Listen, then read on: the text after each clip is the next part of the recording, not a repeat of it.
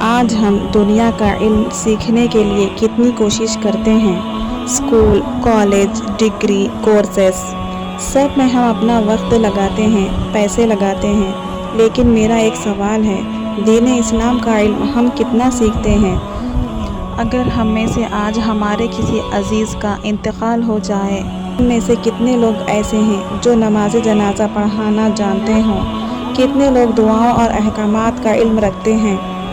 ہم یہ کیوں سوچتے ہیں کہ یہ ایک امام یا پھر ایک عالم کا کام ہے؟ یہ عالم یا پھر امام کا کام نہیں، بلکہ ہر ایک مسلمان کا فرض ہے۔ دنیا کا علم ضرور سیکھو، مگر دین کا علم پہلے سیکھنا نہ بھولو، کیونکہ آخرت میں تم سے ڈگری نہیں بلکہ دین کا علم اور عمل پوچھا جائے گا۔